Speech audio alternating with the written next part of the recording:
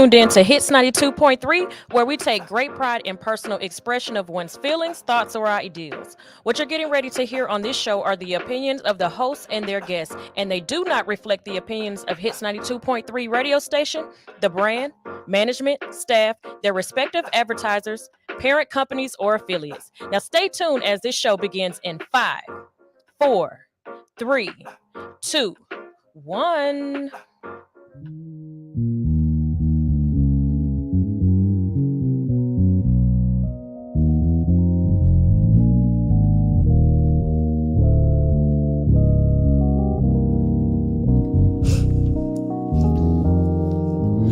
Baby, come see me another day when money ain't no problem. And my Twitter account got about 5 million followers. I'm on a bumpy road, but I'm smooth and go like butter. Fly away like beauties do after their caterpillars. I'm changing, don't need a filter. Been vibing since I was a toddler. Got the juice from my father. Maybe that's why I bother to bring this light tonight and illuminate their tomorrows. Saving them from their sorrows. Hope if I lead, they follow. Cause man, we need a beacon, I'ma be that shit. Little girl made it off rapping, never sold a brick or hit a lick. Appreciate the little things, alleviate the lunatics. Then maybe then I'll take your shit. Cause baby, I've been thinking about it all day. Looks so good, I'll fuck you in this hallway.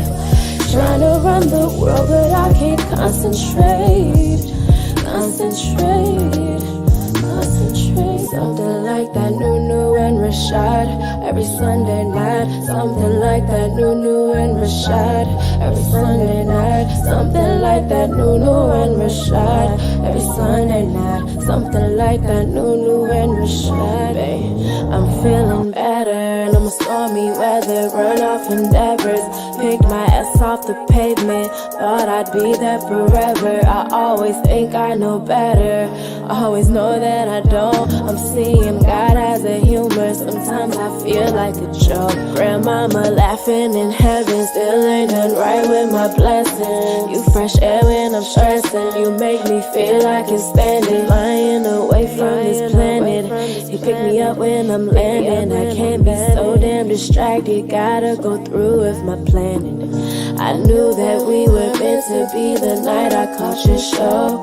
And now we running shit but have so very far to go. And all I need is you and me, and that's the only thing I know. So go ahead and drop them draws just like before. Yo, cause baby, I've been thinking about it all day. Looks so good, I'll fuck you in this hallway. Trying to run the world, but I can't concentrate. Something like that new and Rashad every Sunday night. Something like that new and Rashad every Sunday night. Something like that new and Rashad every Sunday night. Something like that new and Rashad. Something like that new and Rashad every Sunday night. Something like that new and Rashad every Sunday night. Something like that new and Rashad every Sunday night. Something like that new and Rashad.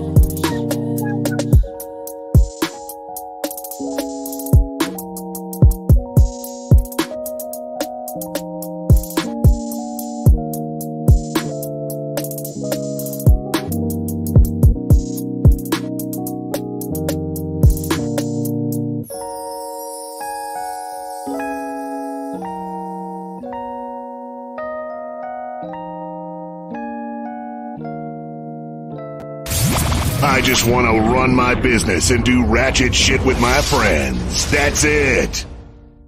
Alright, so Slim, you still got the way. Alright, Sonya Blaine, what up, though? Kenny Misfit, what up, though? Yeah. Two eye, bitch. Two eye, bitch. What? Two eye, bitch. What? I'm in the clouds best when I'm with you. Girl, what's your name? I hope this don't offend you. Tastes like cocaine. I didn't think I'd get you. I get so high now I'm feeling for you, baby. Where's the lie? Baby, no. Roses of wine, out of blue. This feels like love, like love. Ribbons in the sky, they fall on you. This feels like love, like love. Ride on it, boy, I send you out of reach when I ride on it. What you lacing in my weed? Put my life on my life. Boy, you know just what to do. Baby, I can't wait to get to you. It's a vibe and a function. Is that tribe or there's something? Where this shit was by dead girl till I end up coming out rap like I signed a dungeon. Yeah, like big boy Dre now. Try to kinda look like Bay now. I'ma shoot my shot like Jay now. Shit, I shoot like right now. Home team girl like straight now. On God, let the Lord make a way now. If you scared, go to church like gay now. But ain't scared, I'm with a DJ now. She said I pass on my heart, we can blade now. But I like them blocks, okay now. Shit, I'll shade them. I said, girl, your love is so guitar. Now let me play on that. I play your favorite song, God Clash, let me stay on that. I knew it was a smash when I featured Sonya Blade on that. 4 years later, caught her up and hero play on that. Girl, I had you spending all your funds. Hit you with this rock and you think that I'm cheating Peter Gunn. Say some shit like, nigga, did you smoke crack before you came over? You remind me of my G, but I just Range Rovers. Dog that pussy, I don't really care, I just want you to come around my way. I know I got a lot of mouth that'll make you scream, God, find your face, ain't he good? Yeah, think I like it better around my face. Get your top 8, I think I like it better around my space. Tano, anyway, white lines, black gloves, opposites attract in here. I just brought the pack in here, and I brought this hard drive computer, don't get hacked in here. 2i tribe on God, blade, we snapped in here. Willie and baby. Roses of wine, out of blue. This feels like love, like love. Ribbons in the sky, they fall on you. This feels like love, like love. Ride on it, boy, I send you out of reach when I ride on it. What you lacing in my weed? Put my life on my life. Boy, you know just what to do. Baby, I can't wait to get to you.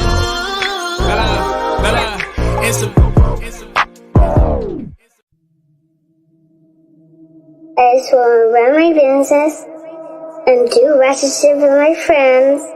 And that's it. That's it. That's it. You are now tuned in to All Hustle and No Fear with your girl, the Hood Unicorn. Come on, let's go. Back against the wall, last name against the rope. Middle finger stretched, if you thinking it's a joke, tell my friend I'm about to blow, about to blow, about to blow, about to blow, about to blow, about to blow. Are you in need of some tattoo therapy? Visit Studio 219 for your next tattoo or piercing. Studio 219 is located at 1900 Piedmont Road in Atlanta, just 1 mile from the Lynn Bird train station. Studio 219 is open Monday through Saturday from 12 p.m. to 9:30 p.m. and closed every Sunday. Book your appointment today by visiting www.studio219ink.com. That's studio219inc.com. Make sure to follow 219 on Instagram for promotions and specials at Studio219ink. Studio 219. Let us fix your creative itch. Da da da da da da da da da.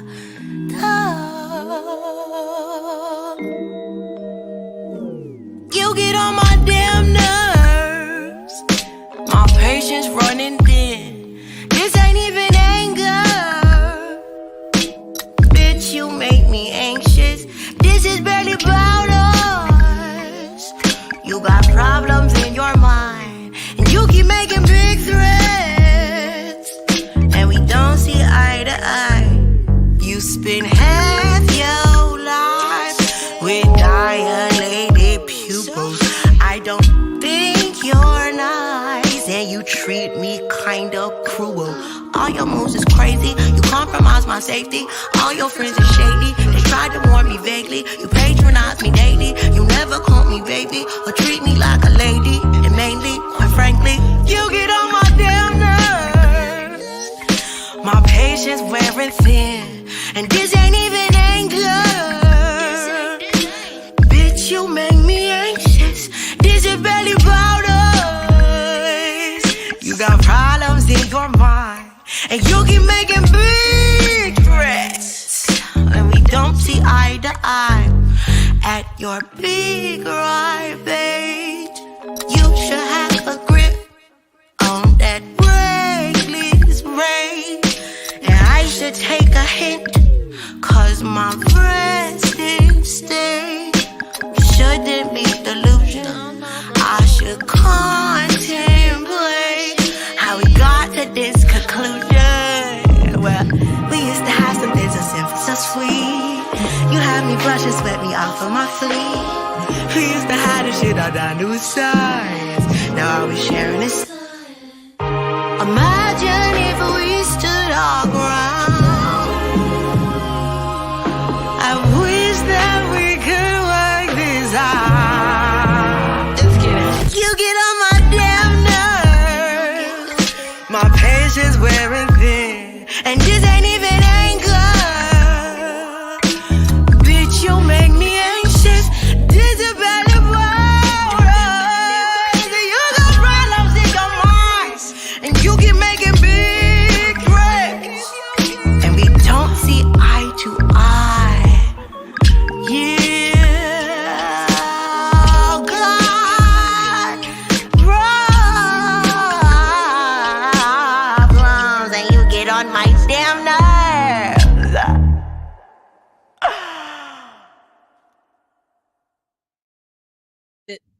Good morning. Oh, wait, you can't see me. Hold on. Wait for it. Ta-da! Hey, how y'all doing out there? It's cold, so I got on my jacket. Don't y'all talk junk. DeBow vibes. Is that you, cousin Corey? Huh? My cousin say he be watching, but I don't know what his name is on YouTube, so I don't know which one he is. So, cuzzo, if you watching or whatnot, who is you? Let me get my background music up here today. Well, you know what? Actually, no, because of what I'm about to do. Good morning. How y'all doing out there today? It is Thursday, and as you know, on Thursdays we usually talk about cannabis and we talk about science and all kind of stuff, and hopefully Stoner will be coming in a minute. But until he get here, I had planned on showing y'all some videos because y'all know we do Insta Trolls on Fridays, but we got a guest coming tomorrow, and so I know we're not going to end up talking about it, but they're still uploading. Oh my God, it's taking forever. Okay, look, we got to do something else until then because I got some Insta Trolls for y'all, and they still trying to transfer over so I can download them, but good morning. How y'all doing out there? Let me find some background music then, since I can't do it the way I wanted to do it. I hope y'all had a good day yesterday. I had a pretty decent day. Everything's going pretty good. We're working on getting these interns in here, and the process is actually quite kind of fun, reading people's resumes and seeing all the stuff that's on there, what people have been doing, and how they're getting to different places in their life. I will say this. So there's this, it was a news broadcast that was going around, and they had this like infographic up or whatnot. And it was talking about employers and what they were noticing from the college graduates now in their job interviews, right? And hold on, I have it right here because I'm gonna tell y'all about this. Because I posted it and I responded to it or something. Let me see where it is. Here it is. Okay, so look. It says during job interviews, employers say recent college graduates have 50%, 53% struggle with eye contact. 53% of job applicants struggle with eye contact. I need y'all to think about that. Think about when you're talking to your kids or when you're talking to somebody and the fact that them looking at you in the eye or you looking at them in the eye makes one of them uncomfortable. Somebody's uncomfortable. Why is that? Direct eye contact is how you let a person know that you are engaged in the conversation. I think with our kids, they're so used to multitasking and doing multiple things, like on their devices while they are communicating with you, that actually just sitting there and having a conversation with somebody eye to eye, it makes it, uncomfortable. So practice those things with your kids.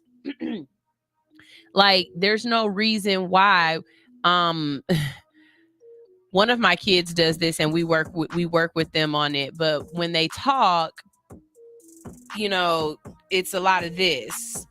You can't stand still. You have to, it's fidgeting.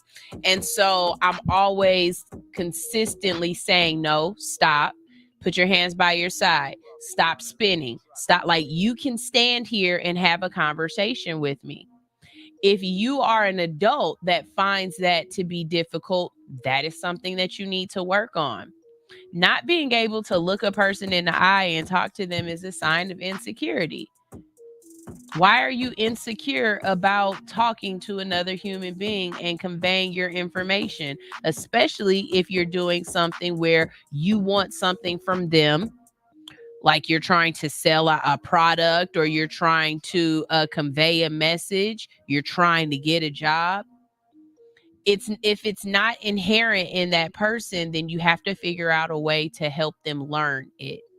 So look at your kids and know that this is an issue that kids are having right now, and we need to work on them with it. Another one is, okay, I'm not even going to care about that one. 47% of recent college applicants during a job interview dress inappropriately.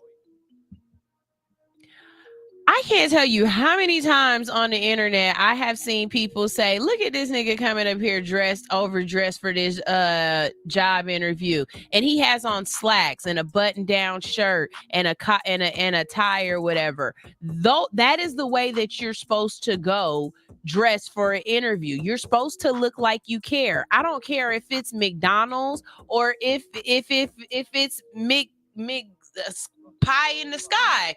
You go dressed for success. Teach your kids that no, you can't wear off the shoulder shirts and have your titties out. This is not the right time to wear Spanx and tights and everything else. This is not the right time to wear hoochie daddy shorts or Jordan. Like, you go and you look like you care about the company, about yourself, about the position. It stands out. If everybody else come in jeans and a t-shirt and smell like weed or whatever, and you come in, your breath don't stink, your hair is combed, you actually got on clean clothes, they're not wrinkled, you look like you put forth effort, I'm gonna choose that person. Let's remember to teach our kids these things. I used to work at Baker's, and one of the things that would irritate the hell out of me and immediately would make me not want to hire an applicant or pass over an applicant, if you called on the phone and asked us if we were hiring, and it was the way you would ask us. If you called on the phone and said, hello, y'all ain't hiring, is you? No, we ain't. If you came in the store and asked me that way, hey, y'all ain't hiring, is you? No, we're not. It made it so easy to say no because you already think about what you're saying. you're telling the person that you're not hiring. And so they're going to tell you, no, we're not hiring. I understand African American vernacular and how sometimes we, say things differently or ask backwards or how we cut verbs or whatever. I get it. But you need to know when to turn that shit the hell off. Because I don't want you answering my phone like that. I don't want you talking to my customers like that. I need you to know when to be able to be, sexy red and when to be somebody else, not sexy red. Like, I just it's an issue. Let's see. Now this one probably 27% of the applicants use inappropriate language. I think we have become very, loose tongued.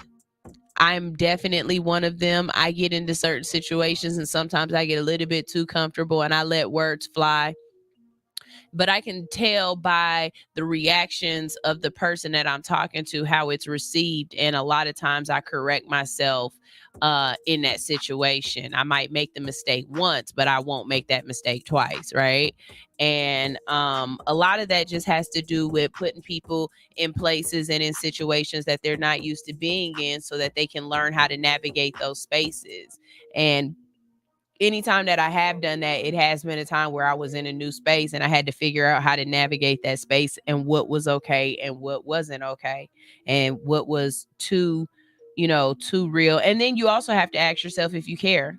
If this is just you and you want to be accepted as is, then you be exactly who you are then and there. And hey, you take the punches as they come.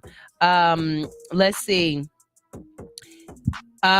This one right here was very surprising to a lot of people, and it wasn't surprising to me at all. It said 19% of recent college graduates have brought a parent to their interview. I absolutely believe that, because a lot of times it's not even the person, the child that's looking for the job. I can't tell you how many times at all of the jobs that I've had where I was the manager, the store manager and the hiring manager, how many parents come in and ask for the application, fill out the application, tell you that their child wants a job. And I get it. You want your kid to get a job, but you also have to teach that kid to be independent and to be assertive. I have had people try to come into the interview with their kid, and I'm like, nah, that's not how this is going to work, because you can't come to work with them. You have to teach your kids as they are growing up how to fill out a job application. When it asks for race, age, sex, you're not supposed to put yes for sex. How to fill it in the right lines. Things like these matter. And I get it. Somebody's like, we don't fill out paper applications anymore. Trust and believe somewhere, sometime, you're going to have to put something on some paper or be able to fill it out electronically or whatever, but still understand what it's asking. Be able to assert yourself and say, I need a job. I want a job, and to be able to ask for it. There's nothing wrong with that. Stoner just walked in. Good morning, Stoner. So did you see this thing where it said during recent job interviews, employers say, you saw that? The kids coming out of college. Oh, they struggle with eye contact. Right. They dress inappropriately. Ask for insurmountable amount of money. Yeah, ask for unreasonable compensation. Now, I didn't even bring that up because, kids these days, I'm not going to say they're wrong. Who am I to tell somebody you wrong for asking for what you believe you deserve? You see these companies and they not paying people livable wages. I get that. But you also kind of stupid because they not gonna pay that. But that's us that's been conditioned. These kids they don't know no better. They don't know. Yeah. So they pushing the limit, and I'm okay with that because maybe they could get some shit changed. Yeah, I do understand that it's going to lead to change, but at the same time, these kids nowadays don't understand business in reality. In Right. reality, it takes 1,000 pieces to make one business run. Mhm. So if we pay everybody like we pay the CEO, how does the business make money Exactly. from us to pay you? No, definitely understand. You know what I'm Definitely saying? understand that point. But because they caught up in this internet generation where they're Mhm. watching their so-called friends and peers make this so-called money, because everybody's talking about making YouTube money, when you find out that you're only getting .0005 Baby, cents. we gonna talk about that after this show, Right. Because we steadily always working on stuff like that. But no, I get it. But I also look at it from the frame of how many times have we accepted a job without asking how much we were being compensated, and so we didn't even negotiate our compensation. The last time I clocked in and out at a job, this young lady was working with me, and she was probably about 18 or whatnot. She had just started, and she asked me, how much do we get paid? And I said, I don't know. How much did you negotiate for your payment? Because I know when they told me how much they was paying, the first thing out my mouth was, I'm a grown-ass woman with kids. That's not gonna work. And so we had to go back and forth before I said yes. You know what I mean? Right. But that's me as an adult knowing that there's leeway there, and what you said, being mindful to know what is reasonable for the company I'm trying to work for. Right? And so the fact that this young lady didn't know that she filled out her W-2s, she came to work and did not know how much money she was making, was crazy to me. Because if my kid come home and say I got a job, one of the first questions I'm asking, how much you make an hour? Right. What are your benefits? Right. What are your hours that you have to work? What is the store's hours? Right. Because I want to know what potentially they gonna try to make you work, because they gonna start out with one, but potentially you gonna have to close this bitch down. So what time they open and what time they close? Those are the kind of questions I'm gonna ask my child that I know. Those are the type of questions that you would hope your child would ask on the way in. Right. You know, but somebody has to tell them that. But this is the one that everybody's really the one losing that I already know which one you about to say. They brought a parent to the interview. Yes, that's the one that got me. I was like, nigga, the first thing I thought about was, remember that scene in Step Brothers? Yeah. When they come together, he leaves out from behind him like. But that's real life, though. A lot more than people realize. When I worked in the mall, the amount of people, the amount of especially women, you can tell women who are, I don't know if overbearing is the right word, but very controlling women. They will come into moms. Yeah, no, exactly. They will come into the store with their son standing next to them and be like, he need a job. Are y'all hiring? Right. That's what I would do. And then fill out the application for him. That's what I would do. And then come up there to the interview and try to tell him what to say. No. If my child is now, the college kids, I would never do that with. Right now, that's the caveat. That's the caveat. If my son was like, my son is 17, he'll be 18 in September. I've been telling him to go find some jobs. If I want him to get a good job, I would take him so that we could walk through the process. Hey, bro, this is what you need to do. This is what you need to say. I would go in there and introduce myself to the manager to let them know, hey, this is my son's first job. You know what I'm saying? So this would be your son's first job in college, going into college? No, yeah. At 18, he's never worked. He's never worked. Yeah. Wow. Okay, so that's a different perspective, because coming from someone like me, my first job was literally at 14. Oh shit! My first job was before that. I was working at Wendy's at 14. I started working with my dad at 9. Yeah, we just changed the birth certificate a little bit. Right, a little bit to get just you the job. Just a little bit of paper fraud. I mean, just a little fraud. Just a little fraud. I started working with my dad at 9. That means I had a family business job. I worked with my dad for years. And when I was 14, I got like a job at a supermarket. But I just walked in there and just applied for the job, whatever. It was in my neighborhood. Everybody knew me, so it wasn't a problem. But that wasn't to me, it wasn't like a real job, even though I filled out paperwork, because I worked there like a month and that was it. I never really been a retail fast food worker. When I got down here, my grandmother got me my first job with the church. So I went to work with the church at 17, and that started my whole working career and stuff like that. But my grandmother is the one who walked me into the church. This is my grandson. This is his first job. Blah, blah, blah. And talked to the manager, who ended up being one of my great friends. And, you know, I call my uncle, Tony Diaz. His mom passed away, R.I.P. Mrs. Diaz. Passed away at 94 years old on her birthday. I feel like I'm going to pass on my birthday. Yeah, I've been saying that for a long That's the way to go out. But anyway. Go out the way you came in. Yeah, but I would see, now the college kids, that's ridiculous. Caveat. That's ridiculous. The caveat. That's ridiculous. But if you're, and especially if you're 18 and under and it's your first job, I think your parents should be there to help you through that process, and to also show the people at the don't play with this kid. Somebody cares. Somebody cares. Somebody cares about this kid. I will be right back up this motherfucker. Right. If y'all do my son dirty. Right. If this nigga working too many hours. Don't talk to my kid like they just some regular. Yeah, right. I feel that. So and this is something that I like to tell people too.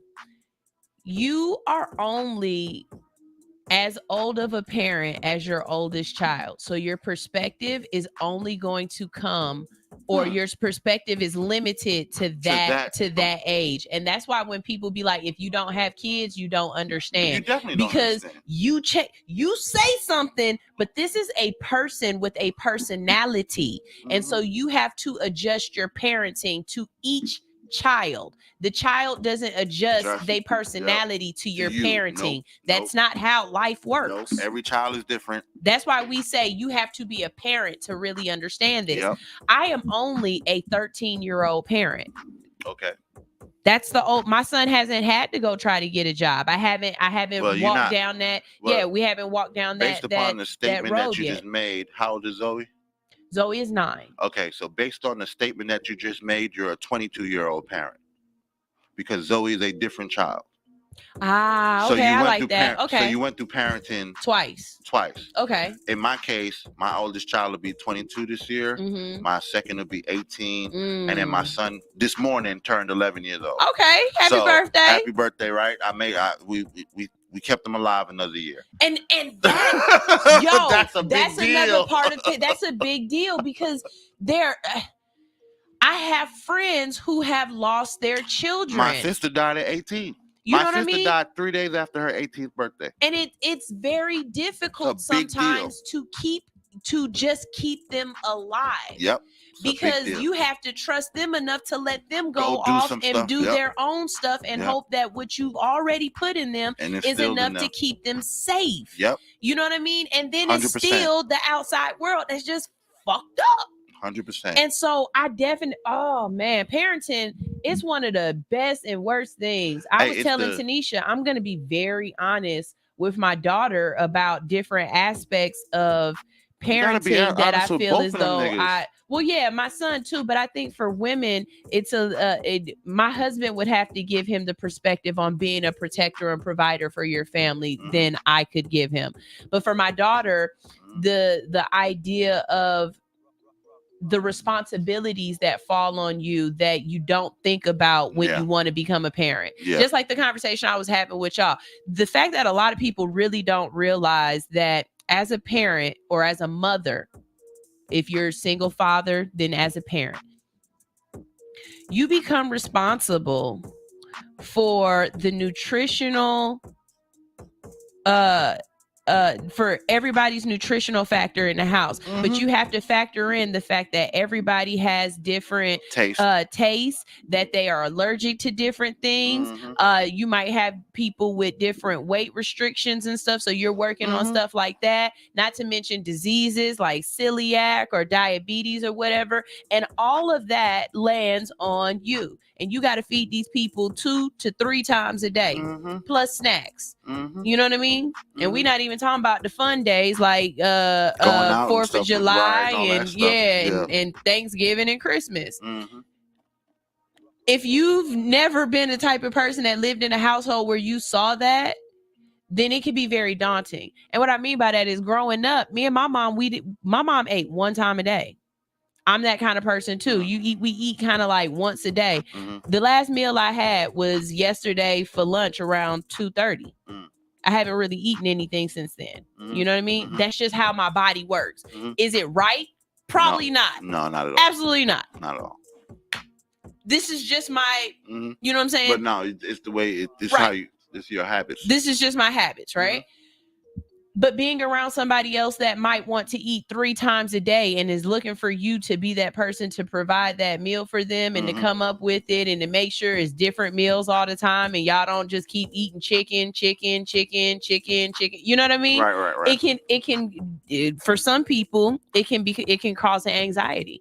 And so I feel like there were just things because I didn't necessarily grow up seeing them. You know, I didn't grow up in a 2-person household, so I didn't see my mom taking care of a man. I didn't see what came along with it. I don't want, depending on what my daughter does and does not see growing up, I don't want her to be bombarded with it and not have some sort of idea that it's kind of coming. You know what I mean? Anything I can kind of just give her a little bit of insight on and just say, hey, you know, everything isn't the Disney princess version of life. Oh, definitely. You know what I mean? And so there are some other things that come with this. There's a lot of things that as parents that we don't realize that we have to tell our children. We overlook it, just like you're saying, because of our upbringing. My upbringing was, even though I didn't have a 2-parent household, I had 2 parents all the time. My dad lived in the same city as me. And that's a very different thing. But my dad is also, you know, my mom is from the islands. My dad's from the islands. In the islands, men and women cook. Men and women wash. Men and women, we both do everything. You know what I'm saying? Now, you could marry your wife and your wife could take care of everything. But your mom taught you how to cook, sew, clean, and do everything for yourself. You didn't. So me growing up, in our household, everybody cooked. My uncle cooked. My mom cooked. My uncle lived with us a long time. Of course, he cooked for himself. He didn't cook for the family, but he made sure that he ate. My stepdad, but I had more than one stepdad over the years. I had another stepdad who cooked, and I had one who didn't. You know what I'm saying? But you're right. When you get with someone else and you're starting your own family, it's almost daunting to figure out who's going to do what we're all responsible. Yo, I kid you not, 22 years of parenting, right? My first daughter, I remember getting into a argument, a knockdown, drag out, screaming, bloody curdle money, murder argument with my mother. Because at the time with our first child, the only thing she ate was noodles and vegetables. And my ex-wife worked at an allergy clinic and somehow had convinced me that maybe she's allergic to other food is why she won't eat them. So we go out of town for an anniversary weekend. When we come back from the anniversary weekend, we see that a lot of the food that we packed didn't get eaten. So we're asking my mom, what did you feed her? You know what I'm saying? Oh, I fed her some tuna fish. Tuna fish? And my ex-wife goes crazy because, you know, people can be very allergic to tuna fish. Now, my stupid ass caught up in my first marriage with my first wife and thinking, you got to back your wife. I start going off on my mom. Just, bro, you should have never fed her that. And you don't know her. And we just blowing up. But the baby's fine. Huh? But the baby's fine. The baby's 100% fine. Not crying, not swollen. The baby's fine. The baby is fine. You know what I'm saying? But it's my first marriage and my first kid. I don't know to say the baby is fine. I'm falling into that trap of you support the rules to support your wife, because my mom was never married in my eyes to see. I never seen her with a husband. Well, she married a dude named Joseph, but he really married her to move to America. And when he got to America, he was one of my stepfathers. He was not a nice man, and he was not a husband. You know what I'm saying? I had another stepfather named Tony, who I view my mom and him more as husband and wife than I view this man who she actually married legally. You know what I'm saying? But I really didn't get the examples of husband and wife. I really didn't get the examples of not only husband and wife, How does a husband and wife deal with other family? Who's right in those situations? My grandmom and my grandmom was always right. You know what I'm saying? It didn't matter what my mom had to say because my grandma was the matriarch of the family. So I really didn't have those examples as to how do you deal with your mother and your wife having a situation where they disagree. My stupid ass was, well, this is my wife behind God and Christian and in front of God. And, you know, I was super Christian at the time too. Y'all should have, I wasn't even, there was no Stoner Brown at the time. That is hilarious. Listen, there was Brother Omari. I mean, but I get it. It's navigating this world is a lot. Yeah, there's no guidebooks. And but there's no guidebook. As kids, I would say that if I could do it all again, I would pay attention and listen to more of the things that my elders were telling me.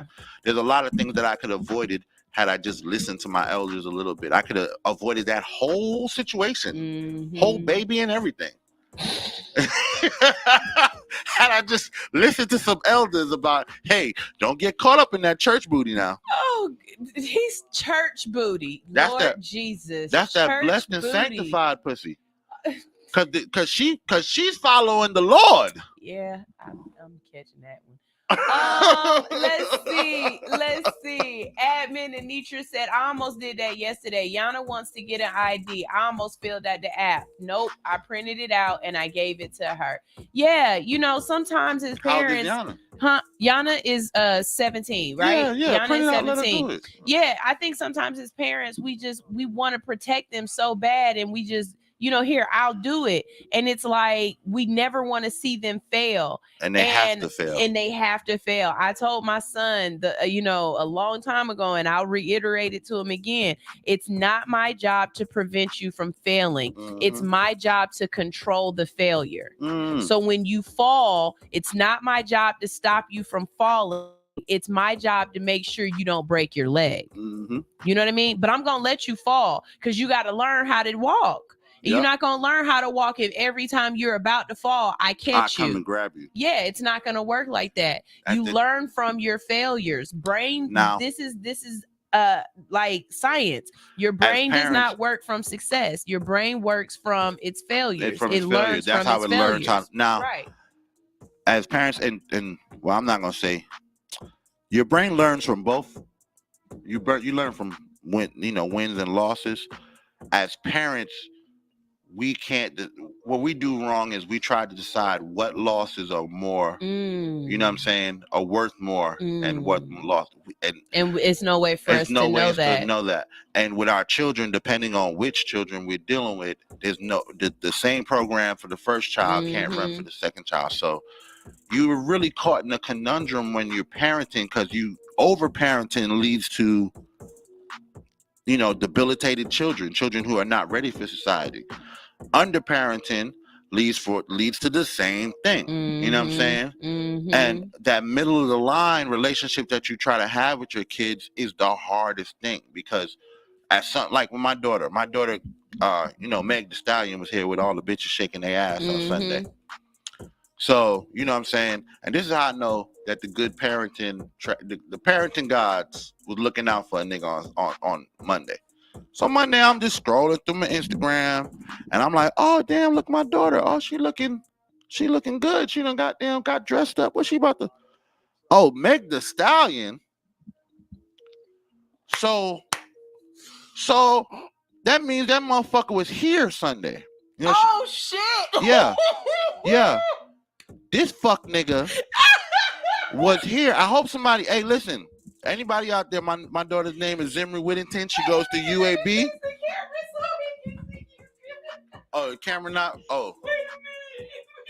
My daughter's name is Zimri Whittington, Zimri E. Whittington. I don't want to call her by her middle name and put the whole government out there.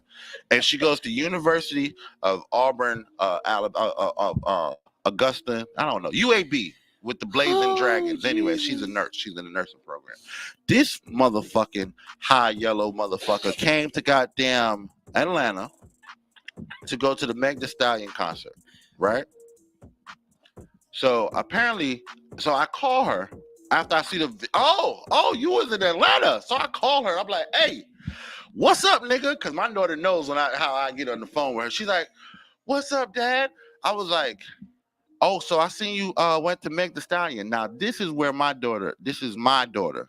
You know this motherfucker? Oh, yeah, I did. Didn't I look good? You saw the pictures on Instagram? I was like, hey, oh, yeah, I saw the pictures. You looking ugly as shit with all your pimples on your face, nigga. Why wouldn't you pull up on your fucking daddy? And this is how I talk to her. You know what I'm saying? I'm like, so you just think it's cool to come and, Dad, I was only here for 2 days. 2 days? 2 days and you couldn't find 30 minutes for your dad? I said, listen, my office is walking distance to the stadium where you went and saw the damn fucking. It is. My office is walking distance. That's first of all. Second like you of all, could have came and parked here and got an Uber to the stadium and probably saved money. Even worse than that, you said you were here for 2 days to catch the concert, which means your bitch ass pulled up on Friday. So that means all day Saturday, you were sitting on your fat ass hands, not doing shit. Please, somebody send this video to my daughter. Please. Clip it up for me so I can send it to her ass.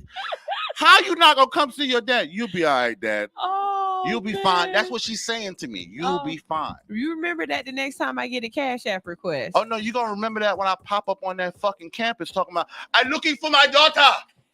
My daughter, Zimri. Has anyone seen my daughter? I have not seen her for so long. Many moons have passed since her eyes have graced my face. Many moons. Someone has done something with my daughter she would never. Are you fucking crazy? I'm so done with you. That's my, after 22 years of parenting, because I'm talking to my daughter, and my daughter, even though she looks a lot like me and she has a lot of my mannerisms, when it comes down to debate and logical and arguments, she goes into brown mode. So now it's me arguing with yourself. Yeah, you be all right, Pops. You act like you ain't never seen nobody before. Okay. She one of them kids. Okay. So now with my son after her, my son Zion, I don't think that's something he would ever do. And if I called him on it, his bravado would be totally different. I'm sorry, I'm so Dad. sorry, Dad. I didn't even. But my daughter, who knows she's the apple of my eye and my firstborn, is telling me you want me to clip this part so she don't see this part? No, I need a clip so I can send it to her. No. I mean, you want me to keep the apple of my eye she part knows in there? all of this. Oh, okay. My daughter knew she had me wrapped around the finger years ago. You know, it's funny. I see that with George and Zoe, and I see their relationship, and I love it so much. And I tell him all the time, I need you to understand I'm not one of those women that's jealous of your relationship. I want y'all to go get y'all nails done together. I love the fact that she can ask you for anything. She lays all over you and picks in your face and brush your bumps on your face and everything. Like, I love it. I didn't necessarily have that growing up because my father lived in a different state than me. And so we didn't have that type of, closeness, that kind of relationship. But I feel really bad for the girls who have that opportunity and then they have mothers that are jealous of it and they prevent them from being able to accept that love. Because that's a different kind of love. That shit is sick. Yeah, that's a different kind of love. That shit is sick. The term that I hate the most is girl dad. Really? I hate that term because it almost, you're trying to the term girl dad, it's almost like you're trying to not monetize, but when you try to make something special or make something I think I understand it only because I had a stepdad and my experiences with it was he definitely wasn't a girl dad.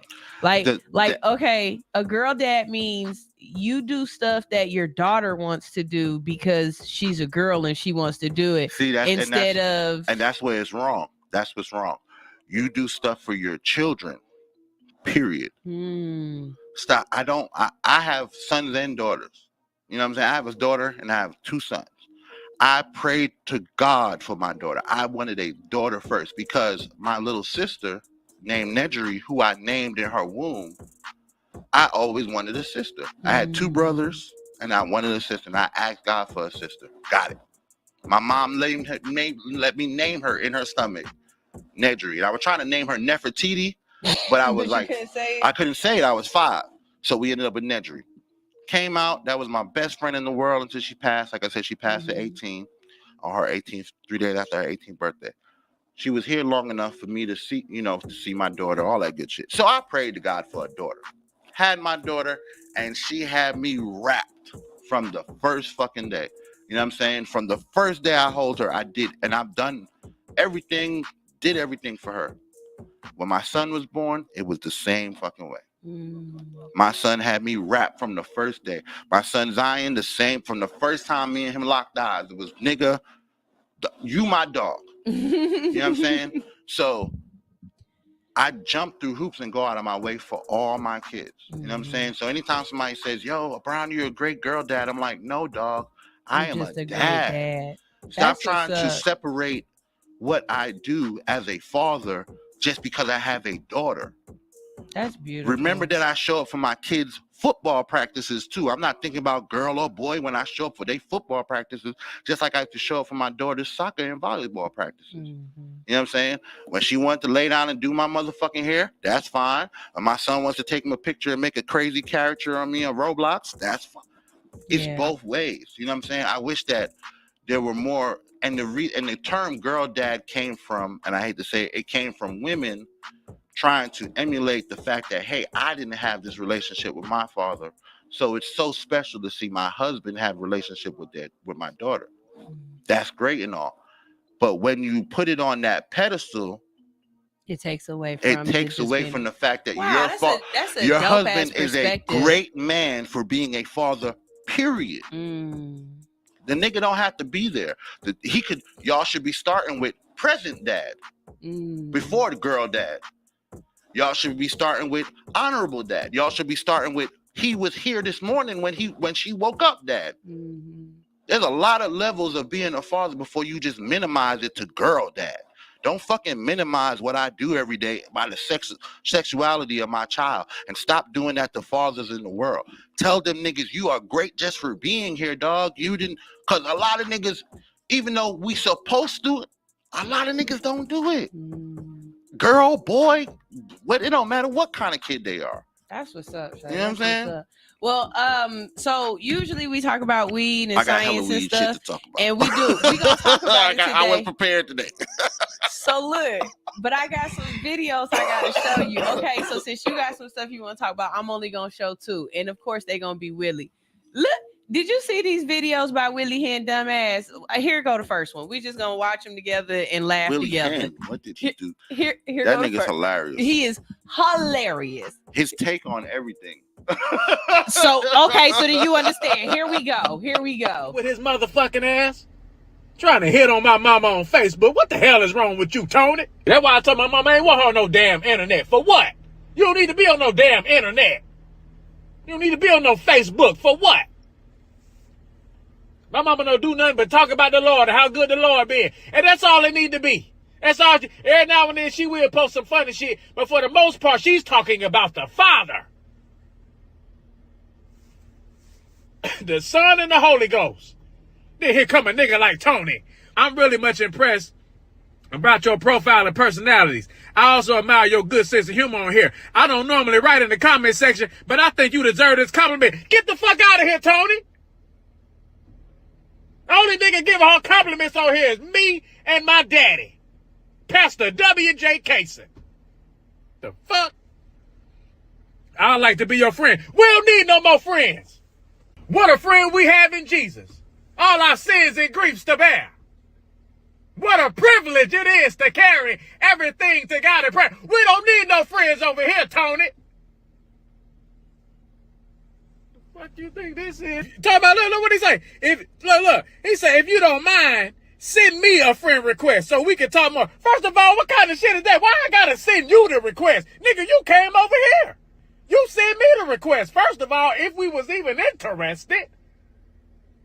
But since we ain't, take your horny ass on, bitch. Horny. Go take your horny ass, go talk to somebody else, Tony. This ain't it.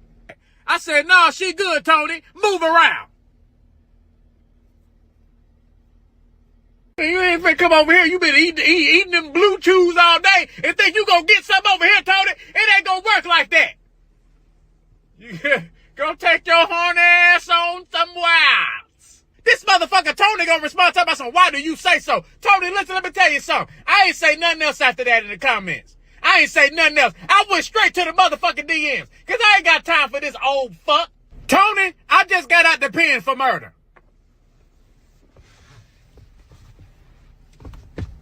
Cause who finna play with your stupid ass? Tony? Finna play with this motherfucker? Tony ain't sent back a comment. That nigga ain't like shit, heart shit. That nigga probably blocked my mama. My mama ain't even say nothing to her. I ain't playing with that nigga. Somebody. Yeah, let me tell you something. I'm not even gonna crack no jokes because Willie might find my ass. I'm not even gonna say nothing, Willie. Willie. I promise you, if you ever having a bad day, just go down Willie Head page. I promise you. There's so many jokes, Willie. I'm just gonna let it go though. I'm gonna let it go because I don't want to. Stupid. I don't want the good pastor to pull up on me either. Goddamn. Oh God, Listen, that sweet church coochie. Let me tell you something that you know them pew pussies. The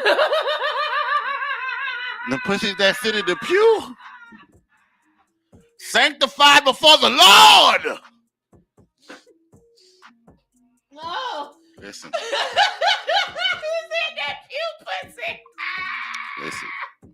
But they're only good for marrying. They're not good for nothing else. Let me tell you something. The way I love this damn show, because you can't write that into write that into nothing. Pew pussy is good for homemaking. It's not good for nothing else. No, not good for no. Well, since we talking about old granny pussy, let me just pull this one up real quick. Here we go. I don't know what it is with the young boys. They want to throw stuff out, but they can't take it back. They can't take what they dish out. The young boy want to call me old. I say, what? Why you always got to call me old? He say, you is old. It's true. You is old. Okay, I'm old. Well, let me tell you a truth. Your grandma got good inside the mouth skin. That's true. You want to get mad? I'm telling you the truth. I found out on the trolley in 68. She got good inside the mouth skin. Now, it was all funny when you was telling me a truth. Now I'm telling you a truth. Stand on business. I thought we were standing on business. Stand on business, young man. Ask your granny.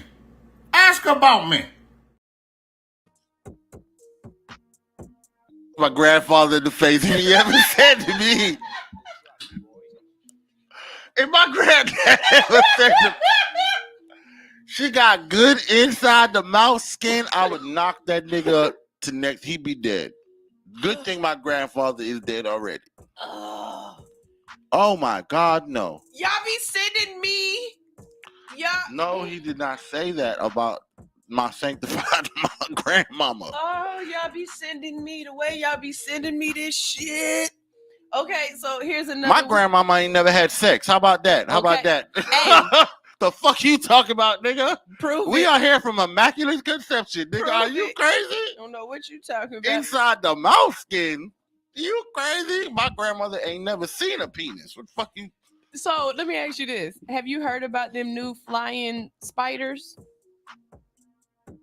The way you look, you ain't okay. Hold on, let's let Willie know. There got to be another planet that we can go to.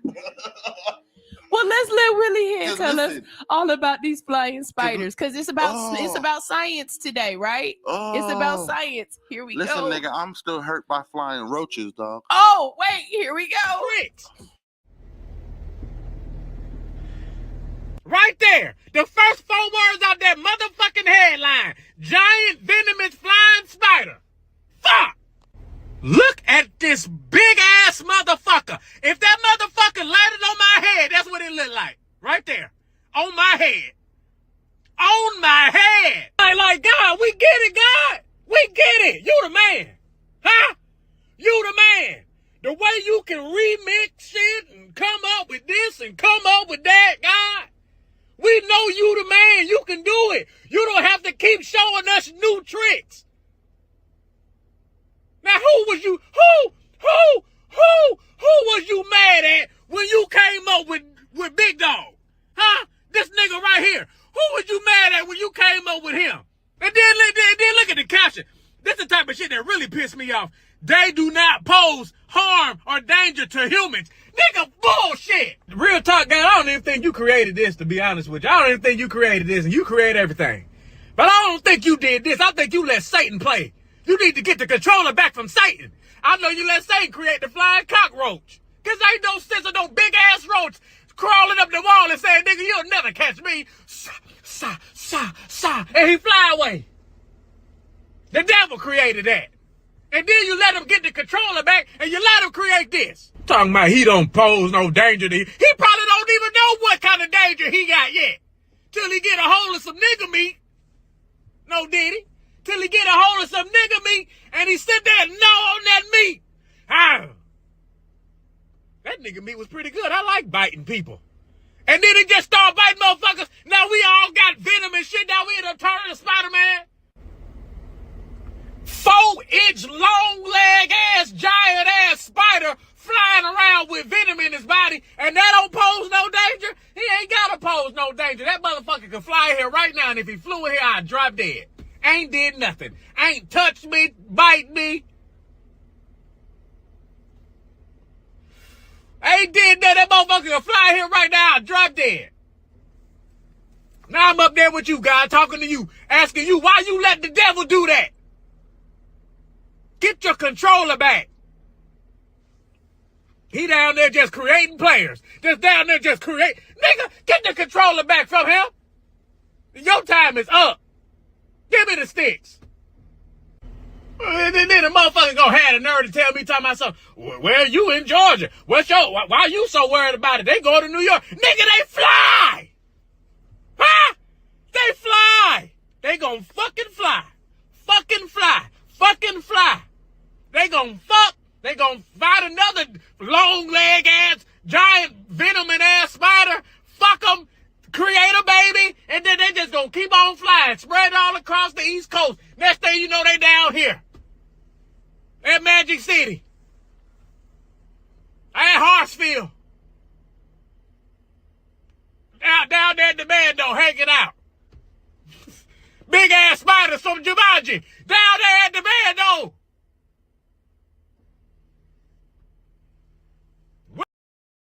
He said them big ass Jumanji spiders. And just so y'all know, they started in Florida and they're migrating up towards New York. Listen. So when y'all talk about they make it here to Georgia, it just need a wind to just blow the wrong way and we fucked. Listen, if y'all look at the map, Florida is the bottom of the devil's dick. Okay? Okay? If you look at the map and assume America is the devil, that's the fucking bottom of his nuts right there. That's that's his dick and his nutsack. Pause. Nothing good.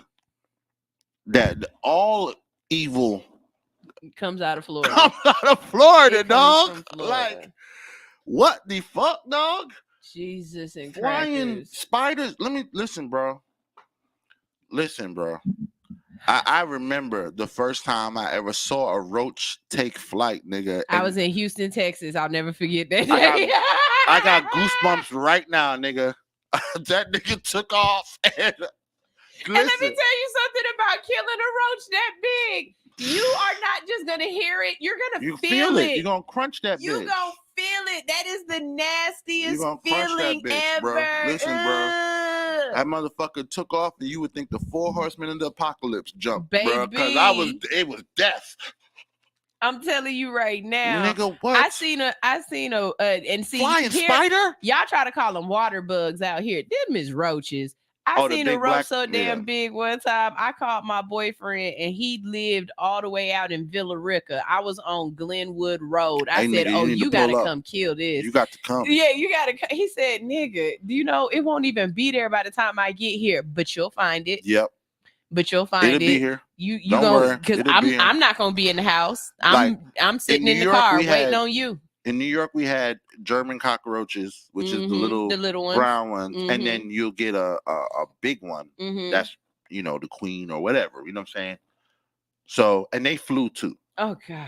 I didn't know that. That's what I'm saying. The first time I seen a cockroach take off in life, I gave my soul to Jesus at that moment. You know what I'm saying? I'm with But Willie. when Why I would came you down, even let him have the controller, Right. God?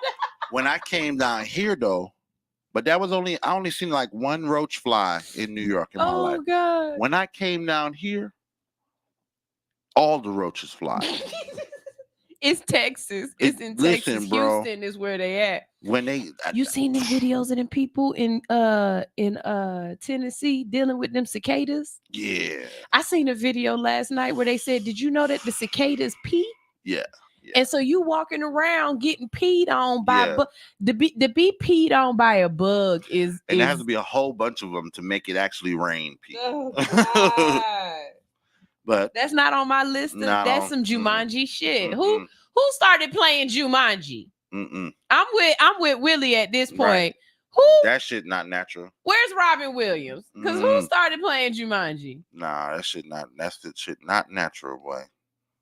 That's ooh. I'm telling you, very unnatural. Y'all, we're gonna go to a quick commercial break, play some music, and then when we get back, we're gonna see what Stoner has to talk about. More about niggatry. some cannabis. And then if we get a chance to talk about some science today, we're going to talk about microplastics and how scientists have found microplastics in y'all nuts. Yes. This is All Hustle No Fear on Hits 92.3. And this is Willie Hen, because why not? Say, Sterling, you see they gonna hate, you understand me? I'm backstage at a show and this nigga, he mad than the motherfucker. Motherfucker went on before we did. He on the phone talking to his girl. I was like, hey, goddamn, nigga, man. Matter of fact, bro, he did some shit like that. He said some shit like that. Some nigga named him. Some nigga named him. Jay came out the blue. Jay came out the blue. Nigga stole our show. Stole our show. Now what we gonna do? Now what we gonna do? Shit, nigga, let's jump. Wait, hold up. Wait, hold up. You don't wanna do that, fo. He the one that brought out a hoe. Plus the team too deep. Too deep anyway. That two-eyed tribe. They'll have a field day. Some nigga named him. Jay came out the blue. Nigga stole our show. Now what we gonna do? Yeah. Sky people cheap, come in peace, bang, who shot ya? The one that told your mama, oh, it's cool, I'm a doctor. The one that told your brother, hell is pray with your papa. The one that told your sister, come here, girl, and I got ya. Then pop the white niggas off the scene of your whole family just cheering for me. Then show up at your bay house, girl, gon' taste these cheering for me. Can I get a ticket to your show? Will it? Hell no. But you can get a ticket to this dick, though. She like, babe, I really wanna hear Will flow. I forgot how a real nigga spit, though. Dear world, what happened to your incredible nigga? Incredible nigga used to be credible nigga. The credible nigga turning an edible nigga. He was a edible nigga, now he a vegetable nigga. He brain dead, nigga lost like fuck. Ain't know what to do when they heard Johnny 5 for the first time. Little nigga can't see me on this dope shit. Ask Pharrell and Robert, think about these blurred lines. Ask Kipper to your every day, why niggas hate? And Kipper look a nigga dead in the face. Say some real shit like they hate what they can't shake. What you get for being great, you had it coming from the gate. You can take it like a hoe, take it like a bitch, or show these niggas you ain't the one to be fucking with. I said cool, so it's killing with the flow. I sang to your chick. Text to the words, now she singing on my dick. Ain't no need of being mad. What your ass need to do is be ready. How the woman skitty pants as the fans be the realest in the room. Rock and roll's coming soon. This nigga named Hen. I just came out the blue, yeah. I just stole your show, yeah. So tell me what you gon' do. Now what we gonna do? Oh, you say you gon' jump me? Wait, hold up. Wait, hold up. You don't wanna do that, folks? He the one that brought out a hoe. Yeah. Plug my team too deep. Plus the team too deep. Too deep anyway. That two-eyed tribe. They'll have a field day. This nigga named him. I just came out the blue. I just stole your show. Shit, what you gonna do? I'll wait. Yeah. I ain't gonna worry my mind. Nigga wouldn't even do it for the vine. Goddamn.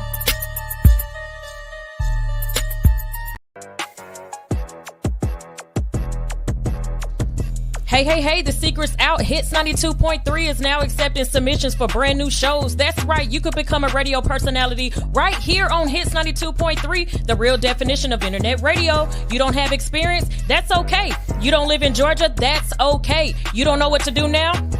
Now that's not okay. But your girl is here to help you out. Email us today at hits923newshow@gmail.com and tell us about your potential show with Hits. Again, that email address is hits923newshow@gmail.com. Don't be last. The slots are filling fast. What? Really? Yeah. All right, y'all. Me behind the scenes, we're sitting up here. First of all, cracking up at Willie and just figuring this man is absolutely right about everything he damn said. Willie Ham for president. Yeah, because fucking spiders.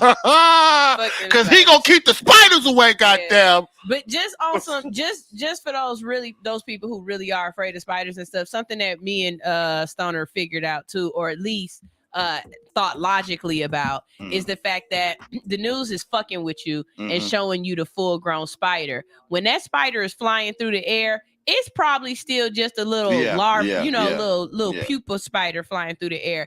And if you know anything about, science and animals, and you watch Animal Planet, you know that there are actually a lot of spiders that's exactly how they travel. Mm-hmm. And it's said that, you consume or you snort or breathe in, you remember Charlotte's Web? Yeah, exactly. That's the scene everybody should remember. Right. At the end with Charlotte's Web, and everybody flies away. It's just when they grow. Yeah. 4 feet flying. But it kind of look like them yellow and black banana spiders that be outside around here. Those aren't. Oh, that's something too. Well, it's not always true. But the brighter the spider, it's not as venomous, or it's not venomous to you. If it's black, leave that bitch alone. Black and brown spider, don't fuck with any spider with any black or brown. Stay away. Don't fuck with them. Any kind of bright colors. Yeah, they usually are venomous. Just leave them fucking alone. Okay, let's talk about some wigs. Staying on the line of good niggadry this morning. Okay. Headline: VP Kamala Harris trashes the marijuana gateway drug theory. Oh, really? Right. She threw it down. Yeah, but says she wouldn't smoke strain named after her. There's a Kamala strain? Wait, so is she saying she would smoke anything else? She just wouldn't smoke that strain? Because see, that's just like when Bill Clinton said, I didn't inhale. Yeah, but did you smoke it? You didn't say you didn't smoke, though. You just said you didn't inhale. Yeah, apparently. And you can't tell me Kamala didn't smoke. She used to fuck with Montel Jordan, Montel Williams. That nigga look high half the time. And Montel Williams say he smoked all the time because he had MS or something like that. So you can't tell me Kamala ain't hit a blunt or two. Yeah. Or 5. I bet she rolled real good. Of course, in the article, she talks about pardoning a bunch of people and stuff like that. But it just was the headlines. Usually the headlines on this website right here. Damn, how do I go back? But it makes sense. I said that before. Weed ain't never been a gateway drug. No. You're not gonna convince me that even in the DARE program, they used to say shit that just did not make sense. Yeah. You're not going to convince me that weed is going to make me steal my mom's antenna off of her TV. That's not going to happen. Or that a junkie is going to peer pressure me into doing crack. Right. I don't know no junkies that waste crack. Now, crack. I don't know no junkies that's gonna waste no crack. If you don't want it, little bro, it's you more ain't never crack took for a hit. me. You want to take a hit? Yeah. I ain't never seen a junkie offer anyone a hit. No, usually it's like this. Right. You know what I'm saying? Now, drug dealers, that's a whole nother story. That's a whole different. Nother story. All right. They're trying to create clientele. So, on further marijuana news, because I like the headlines. Okay. College enrollment increases in states that legalize marijuana without hurting graduation rates. So states where marijuana is legal, you have more kids going to college. Just off GP, study finds that more people that smoke marijuana. That's where I learned how to smoke some of the best weed. Yeah. But they say more people that have smoked marijuana in their high school years are likely to go to college, as compared to people that get addicted to other drugs or get involved with alcohol heavy. More marijuana smokers are going to college and enrolling in college in states that, and especially in states where it's legal. Of course, states where it's not legal, they're not keeping those records. Right. So that's what that's basically the gist of that article. Hey, we're keeping records in these states, and all these weed smokers that y'all say ain't worth shit. Big Red said she also fucked with Willie Brown, the mayor of San Francisco, and he smoked big weed. Oh my God. Have you ever heard that nigga talk? Mm-mm. He's hilarious. Really? Yeah. He smokes a lot of weed, but he's very hilarious. He's not hood and ratchet, but he's very straight. He's almost like a black hippie. Okay, cause see, now you got me thinking about something else, right?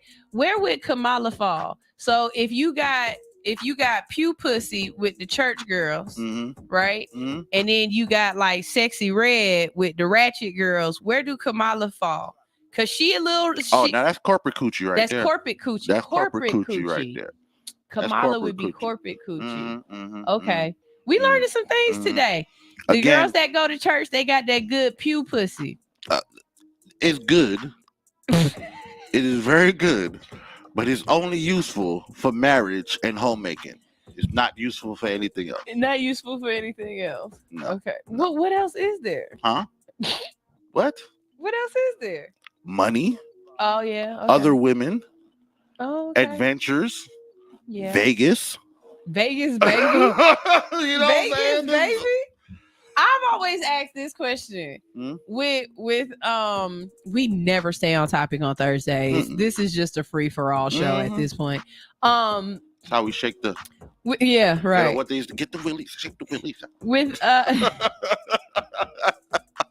Pause. With pew pussy, are you allowed to cuss during sex? Like Christians, when they have sex, like are they blasphemous? Do they say "Oh God" or do they like? I don't know about other Christians. From in the few like seriously Christian women that I've had sex with, you gonna say all the crazy shit. You may not call her a bitch, but they're definitely, and she's gonna call on God. Okay. Way more. Okay. There's a whole lot more God and thank you Jesus. And do she speak in tongues like now you're gonna have me testifying and snitching on people. Okay, I'm not gonna snitch on people. Have I witnessed it? Yes. Who would I say did it? I'm not gonna say, but I have witnessed some. What's up, cousin Corey? Yeah, we talking about checking the oil today. That's what we talk about on Thursdays. Wait, she said, admin Anitra said, wait, I go to church every Sunday and I work in a corporate office. What would I be called? Oh, she doubling down. She's doubling down. That's Jesus with a job pussy. Oh, Jesus. Because some of the pew pussies are on the pews because they ain't got no permanent jobs. They ain't got no jobs. They waiting on the husband to come through and take care of that. Trying to get a good deacon. Right. Yeah, trying to get a good. Did you hear about DC? Washington, DC is making headlines with a new initiative. They have summer cannabis gardens. Complete with medical smoking areas. So you can be able to smoke outside. That's dope. You can consume in licensed retailer outdoor social spaces like rooftops and courtyards. And now I heard about them making that law before about making more open areas that you can smoke rooftops and courtyards. I think we talked about that. Yeah, because we talked about California, how they were trying to pass a law to allow you to be able to smoke and eat in the same spot. Right. Because it's like, why wouldn't you? Why? I don't understand why we would have to pass that law. Why wouldn't it just, that when I smoke, I'm going to want something to eat. Right. But the only reason why they're making these laws is for they got to figure out how to make the money. That's the only reason why these laws are coming up, because it's just like going to a restaurant that serves alcohol. Why would I not want to drink and eat at the same time? Right. But you force this restaurant to get a license to serve the alcohol. License. You know what I'm saying? And then you force them to get a license to serve the food.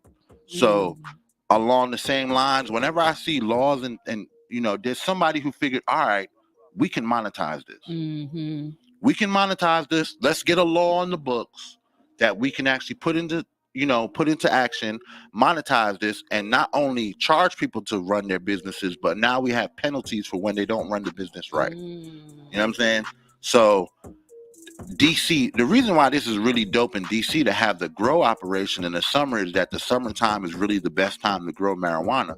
So if they started this shit in like April, by September, people would have really good crop that they could smoke themselves, maybe even 2-3 times, depending on how they run the soil. You know what I'm saying? So this is really it's almost like allowing people to have a community farm.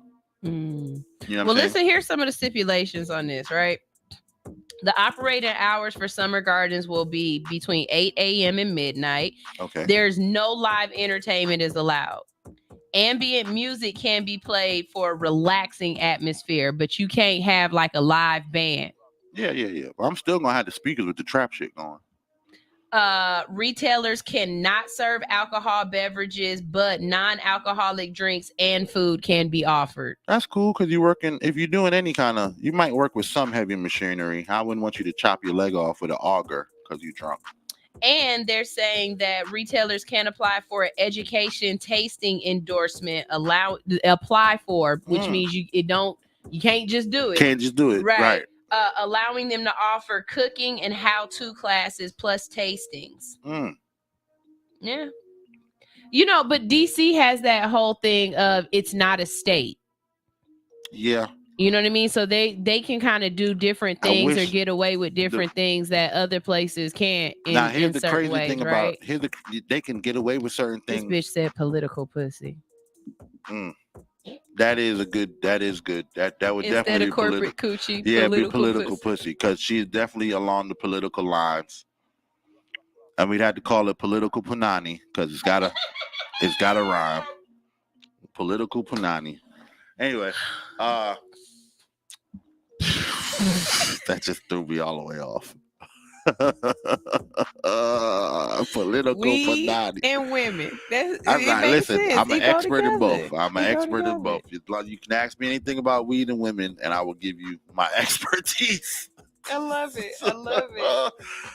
I've been partaking in weed and women for the same amount of time. They both started when I was 9 years old. So. Oh my God.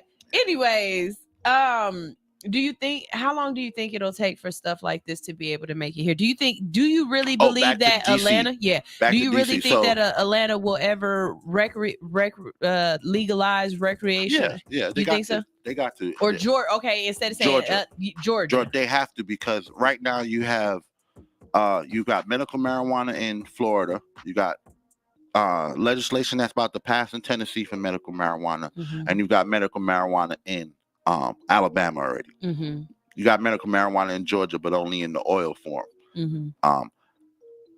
In the next 2 years, Florida will be recreational. You think so? Even with DeSantis? DeSantis can't stop because every year they keep putting it on the ballot. That just tells you that the people want it. That are wanting it. So every year they put it on the ballot, it might get shot down, and every time it passes, DeSantis comes up with something else that shoots it down. So the people actually voted in, but it's being vetoed out. Right, it's being worked out. So if Florida, which is one of the highest, tourism spot, which is the largest tourism state on the East Coast, now becomes legal and recreational on the other side of our border, it's going to put Georgia in a position where do we keep arresting people that are traveling through our state to get to Florida and back? You know what I'm saying? And now that makes us the narco state. People not going to travel to. You'll lose your tourism. You're going to lose your tourism. You know what I'm saying? So you have to move with the times. You can't be the state that's right next door to the biggest. You want people to say, all right, we had a great time in Florida. Maybe before we go back to New York, we'll just stop in Atlanta and have another great time. Or Savannah. Or, you know what I'm saying? Or some port city down close right there. You know, Jacksonville is close enough. You know what I'm saying? But like you said, Savannah, if you're in Jacksonville, hour and a half from Savannah, go across the line, you smoke a blunt, and now you going to jail. You know what I'm saying? All them port cities are going to be like, nah, nigga, we got to do something about that. As long as Florida doesn't go recreational, then Atlanta's not, the state doesn't have And much I've been pressure. saying that for a while. I've been saying I really feel as though if Tennessee, Alabama, or Florida go rec, that it's going to force it because we have the Bible Belt down here and all of these states kind of work together. The fact that a lot of people don't realize this, but it's only been about 5 years since we've been allowed to buy alcohol on a Sunday. Like it ain't been that long. They just now allowing us liquor on Sunday. You know what I'm saying? For years, I used to go to a bootleg lady or a candy lady on a Sunday if I wanted a beer. Or we would stock up on Saturday night. Right. Liquor stores used to be nuts at 11 o'clock on a Saturday. On a Saturday. Yep. Now back to the DC thing. The reason why the DC thing is really interesting is because DC is a federal land. So any laws that you pass federally should count and stand in any federal jurisdiction. Even though we're individual states, as a whole, the country is a federal jurisdiction. So whatever they passed in DC should apply all around because the entire country is federal jurisdiction. Now, of course, because the feds also said that we're going to make this a state-to-state thing, that's why the state laws really take over. But had they kept to whatever the federal government says is what goes, whatever they passed in DC would cover the entire country. So if we go ahead and if we go ahead and legalize this federally, I think by state, the way it would look or the way the power of the states would be is you get to determine how many plants we get to have. You could determine whether or not we grow or not. You know what I mean? Like the state, that should be the state's decision on what they allow, like how much you're allowed to have on you. You know what I mean? Can you have a zip on you or, whatever else? Right. But all across the board, it should be the same law. You should be able to travel from one state to another with it because it's your medicine. You don't leave your medicine behind. You should be allowed to fly with it. Maybe not fly with it in the cabin, but be able to put it in your checked-in luggage or whatever else. You know what I'm saying? Shout out the Plugs lawyer. We got to get you on here to talk. Yeah, legal. for real. Yeah, she just said, "What's up? Hey y'all, what's up, girl? We got it. This would have been a perfect. Yeah, this would be a perfect person to have on here for that. for this right here. She just popped up. But you're right. You should be able to travel state to state because like you said, it's your medicine. Yeah. And once you put that caveat on it and say that it's municipal, it changes how I should be treated with it. You know what I mean? So yeah. Because it's DC, it does kind of change the look of it. Like, wow, yeah. If these are all laws being adopted in the federal, in a federal designated area, then these are laws that could work federally because the government, they not ran by state to state. It's not, it's a mayor running it. The DC is directly a part of the fucking government. Directly. That city is ran by the Fed. Yeah. You know what I'm saying? If the White House says we need to shut down every street from here to here, the Fed's gonna come in there and shut down every damn road, and the people that live there have no say or recompense. And the police can't do nothing. The police can't do nothing. You know what I'm saying? Because it's Fed. Because it's federal. Yep. So if they along the same lines, if they like, yeah, y'all can smoke all the weed you want and just don't do this, this, and that, we should be applying those same rules nationwide. Because it worked. Not to say that the Fed always has the answers, but right. They the high court. They the high court and they figured it out. Yeah. If they could make it work. You know what I'm saying? So let's get on to science because I know we only got a couple minutes left and I don't want to miss this because I was supposed to talk to them about it last week and they got mad because I didn't talk about it. Do you know what microplastics are? Have you heard about it? Yes. Okay, so for anybody out there who doesn't know about microplastics, everything that is around us, that's on us, our clothes have plastic in it when we cook, you know what I'm saying? Drinking out of water bottles, everything. And so we've learned over the years that there are tiny plastic particles that accumulate in our body because BPAs. of our exposure to so much plastic in our world, right? So new research was published that confirms that microplastics can accumulate in the testicles of both humans and dogs. And when they did the research, they found that they didn't have a control group. And if you understand what that means, there's always a group that they don't have it. Like they're the neutral, so that you can base everything against them. There is no control group. Everybody got microplastics in them. That should be concerning to you. Let's see, because animal studies have suggested that exposure to microplastic could affect sperm quality and male fertility, but translating these findings to human health is in its early stages. They also said that the presence of microplastic, researchers collected testicles from individuals aged 16 to 88 and 50 dogs after the neutering procedures, and they found that instead of counting individual microplastic particles, researchers dissolved all of the biological tissue and separated the solids, finding that about 75% of what was left in y'all nuts had microplastic. Was microplastics. So y'all kids just in there playing volleyball with with microplastic. In my brain, all I see is them little beads when you washing clothes. That's what I see swimming around in y'all nuts right now. I don't know why. You should also be seeing it swimming around in your guts. Yeah, and then but your heart, your brain, like it's we have to start wondering if it's blood-borne, if it can just transfer. Like where else are we going to find these plastics? But they're in all of us right now. I believe that just like when they learned about carbon being a building block of the universe, you know what I'm saying? Man doesn't realize what he has started with plastic. You know what I'm saying? And then all this disposal, like I've watched a bunch of videos about how plastic breaks down in the seawater.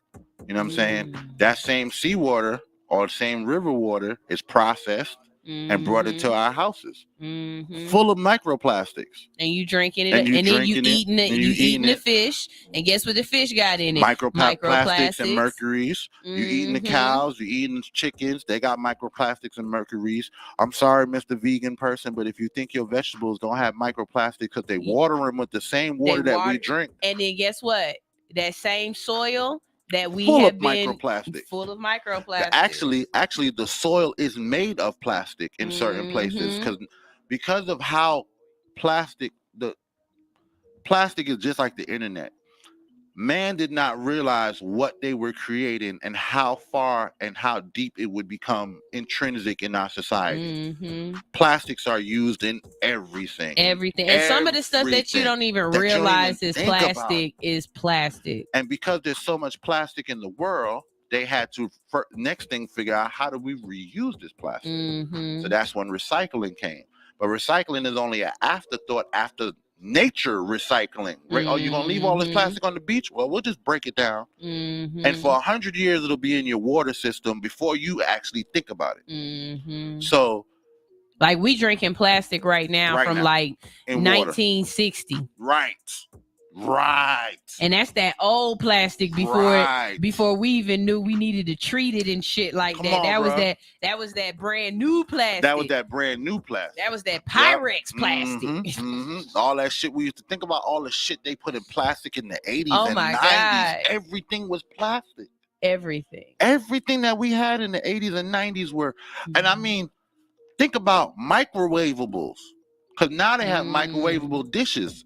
We didn't know that plastics in the back could not be microwaved. That's why y'all microwaving it with our food in it, and then eating the food that got the plastic in it. All them little Tupperwares we grew up in, we had little burn marks around. The plastic cooked a little bit. Nigga, we ate all of that.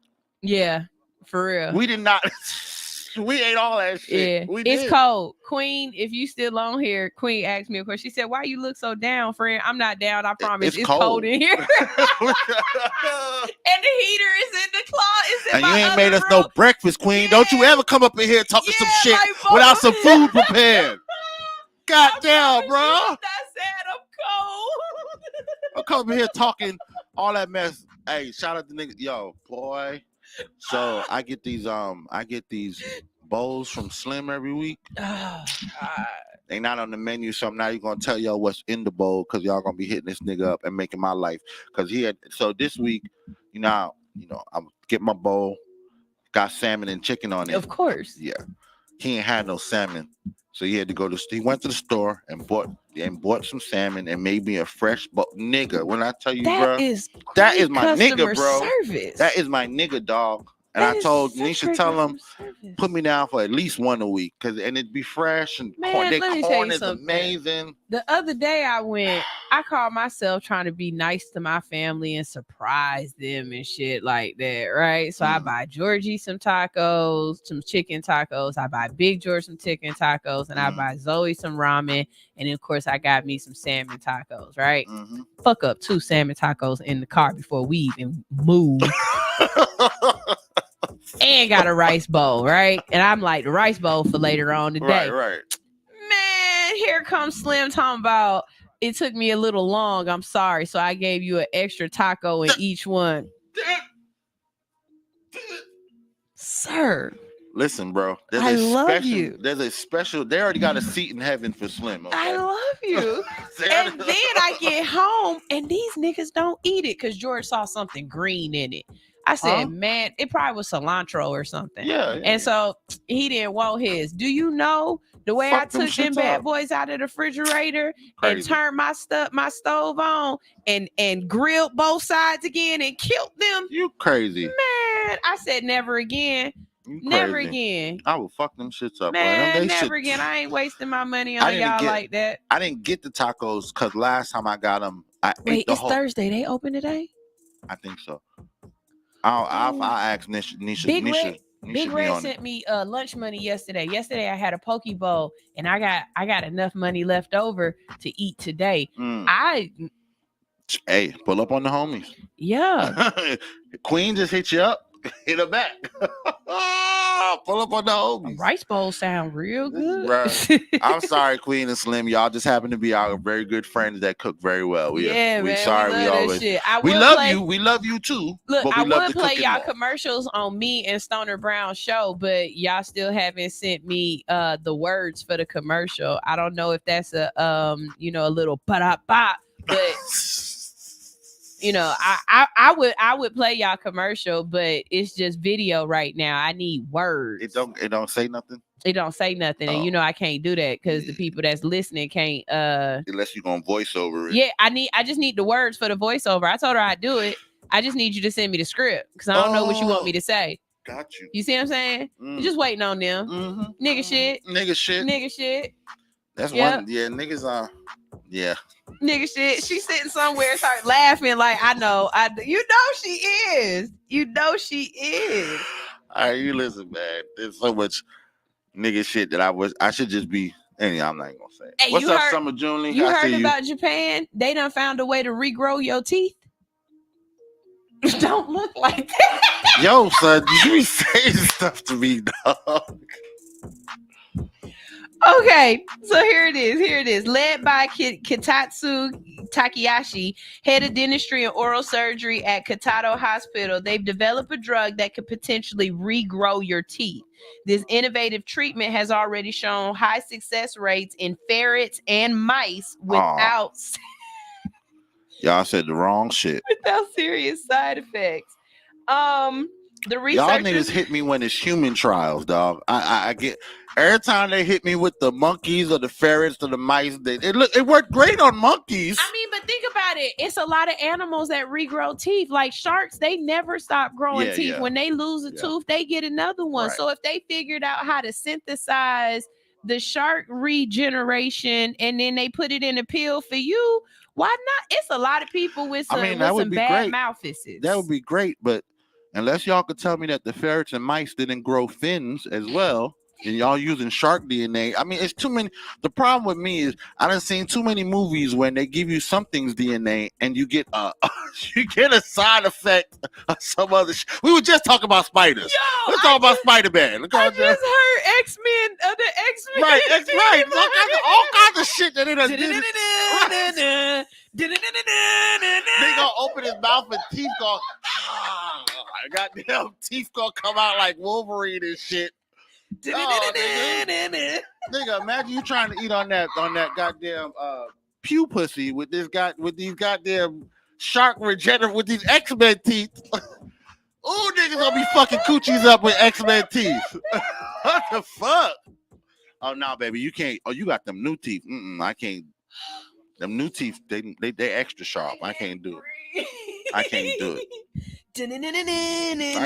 That's all I'm imagining is teeth growing too fast in my face. Like, and then what's gonna stop them from growing? Right now, all of a sudden, instead of you just having regular canines, you got snaggle teeth, like a saber-toothed tiger. Oh, you look like the nigga and rolling down. You look like the niggas with who get like 2-3 veneers and. Dog, your teeth, I mean, they look good. They just big as fuck. Speaking of, let me tell y'all something. If y'all send me one more picture of doggone Ray Mills, I promise I am going to fight y'all. You don't know who that is? I'll find a picture of him. Hold on. So he's running for, or he was running for state representative here in Georgia. But when he smiled, he got enough. He got like 82 veneers. Yeah, he got like 80 of them. And so everybody be sending me pictures and videos of him, and I hate it because I know this man personally. Like, like everything that y'all saying, I've said to this nigga face. Like, stop sending me this shit. Oh my God. I'm gonna find a picture of him so I can show you because I'm telling you right now. I wish I could grow some teeth back. I got why? My brother had shark teeth growing up, like you the got double two row rows of them. Yeah, I got. Look. Here you go. I don't got all of them. Yeah, my brother had 2 rows of them, so they had to pull his teeth and then readjust it. Why could you just show me a picture without the caricature? Like the caricature where it makes it so bad. Stop sending me that picture, man. I'm trying real hard not to go to hell. Y'all not helping. Hold on, let me see. I think I can show. I think it'll focus for y'all. Will it focus? Dog. No, you won't focus. All Listen, right. y'all. Don't y'all worry. stop going. Hold on. I know how to do this. Go ahead. Keep talking. Listen, I know how to do this. You want to get your veneers and shit, please go to Alpine Dental and get it done in America and let them do it right. Stop going to the Dominican Republic. Somebody said something that made a whole lot of sense, though. They said, have you ever seen a dental assistant with veneers? Yes. You have? Yes. Oh, I ain't never seen a yes. dentist. I've had a dental assistant tell me straight up when I was talking about getting veneers and replacing my teeth. She said, listen, at all costs possible, try to keep your natural teeth. Yeah. She said, once you put fake teeth in your mouth, it's a wrap. It's a wrap. Same thing with golds. If you're going to get gold teeth, don't get, because this is videos. The full slug. Yeah, don't get the caps. And don't, just make sure you can be able to take them out. You got to be able to wash your teeth. Your teeth. You got to be able to wash your teeth. But this is the picture, or this is the person y'all keep sending me. And I'm like, bruh, stop. Like, oh, you going to put up on the screen? Yeah, there it is.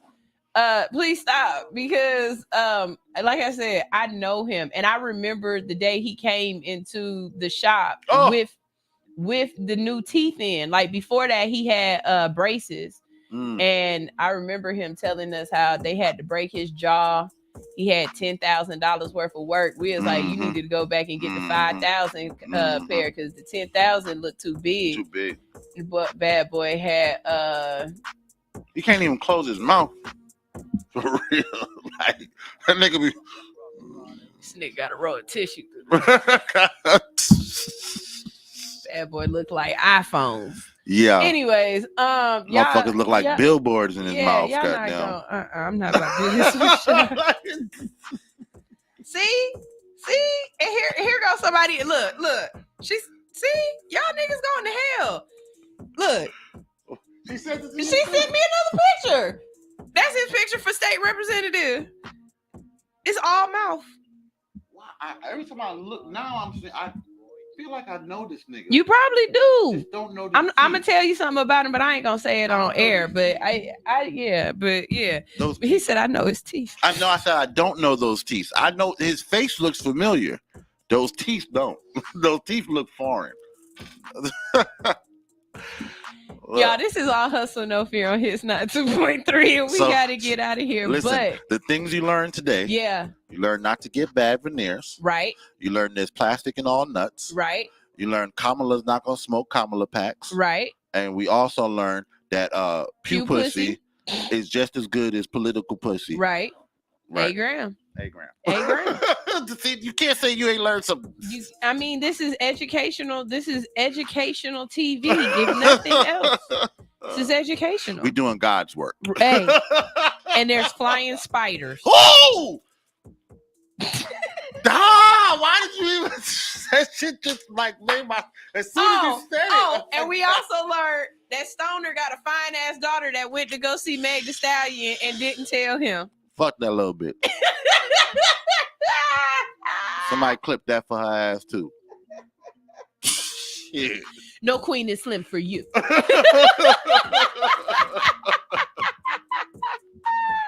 Hell no. Y'all, it's time for us to get out of here, but we got some great shows planned for you today. Coming up at 11 o'clock, right after we go sit in the car and change the oil. Right.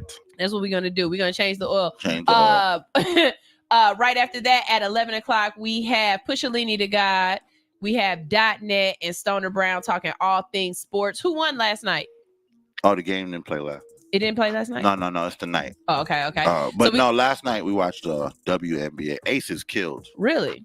Asia Wilson, real quick, had 35 points, 10 rebounds, and 5 assists. That's what's up. That is the first. She's the first player. No, that's not triple double. Oh. That's the 25-10-5. Okay.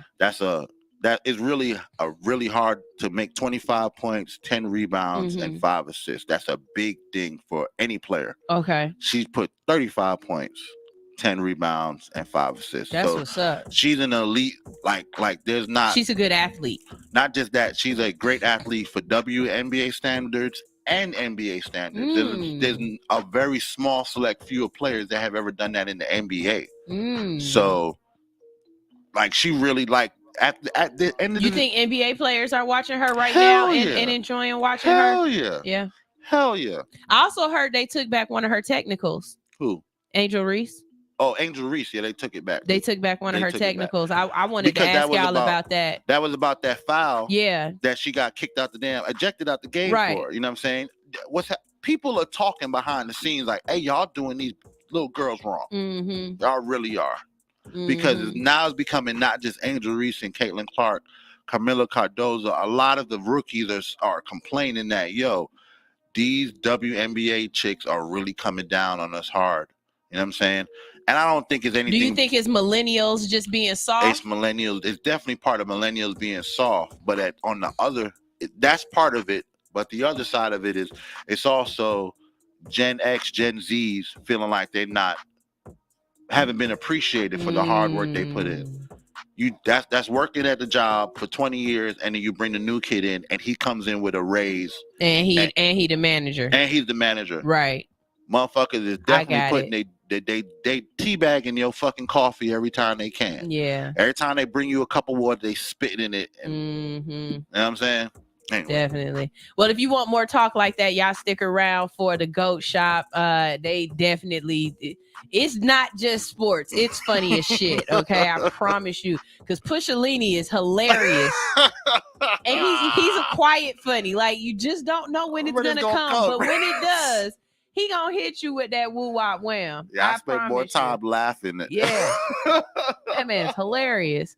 After that, we had from 12 to 2 talking about what's important to you. We have Karen the Connector, all right? And always remember, if you would like a show right here on Hits 92.3, we have space. We've got some times open, some spots open. We've, lost a couple of shows, which means we got space for a couple of new shows. People come and go all the time. I don't see the two big movie girls. They weren't here. They weren't here this week, but they were here last week. Okay. And then they did one of our very first one of our very first on location shows. They were down in Miami and they did their show from Miami from the poolside. That's sweet. Yeah. Yeah. I be That's trying sweet. to tell y'all, hits can do some things. We've got some technologies. Mm-hmm. Yeah. So we're going to go ahead and do what adults do. And we will see you guys later. Do you guys want some music? Y'all want to hear something before we go? Here we go. This is Drugs in My Car. I bumped this shit hard this morning.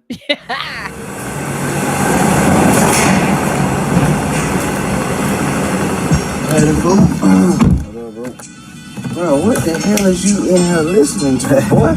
You already know, boy. You in love, ain't you? Goddamn, bro. Who's she here, bro? Man. Who is she? Where the hell we finna go? It's something.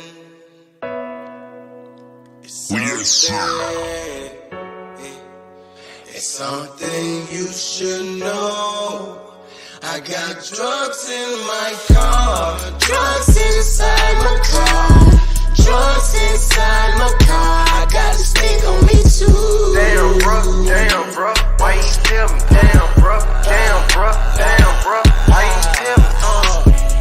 Drugs inside my car, drugs inside my car. I got the stick on me too. Damn, bro, why you tell me? Damn, bro,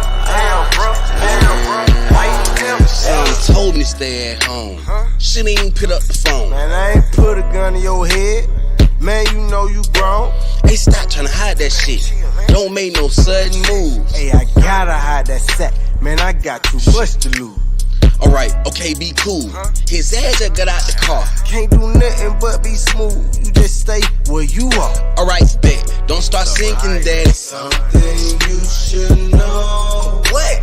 I got drugs in my car, drugs inside my car, drugs inside my car. I got a stick on me too. Damn, bro, why you tell me? Damn, bro, why you tell me? Drugs inside my car, drugs inside my car. I got the stick on me too. Damn, bro, why you tell me? Damn, bro,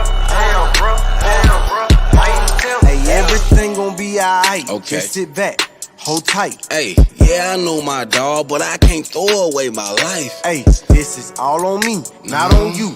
Yeah, I know that you had that situation and been down this road before. Hey, we two peas in the pod. You was there when life was hard. Hey, I appreciate that, bro, but I'm the one taking the charge. Yeah, facts. Well, I guess we gotta sit right here and wait, bro. Yeah, I know, but I'm blessed, so we gon' be straight, bro. Cool. Hey. We spent our lives in the hood, and ain't no limit to the drugs they dealin', the drugs they dealin'. Yeah, we spent our lives in the hood, and ain't no limit to the drugs they dealin', the drugs they dealin'.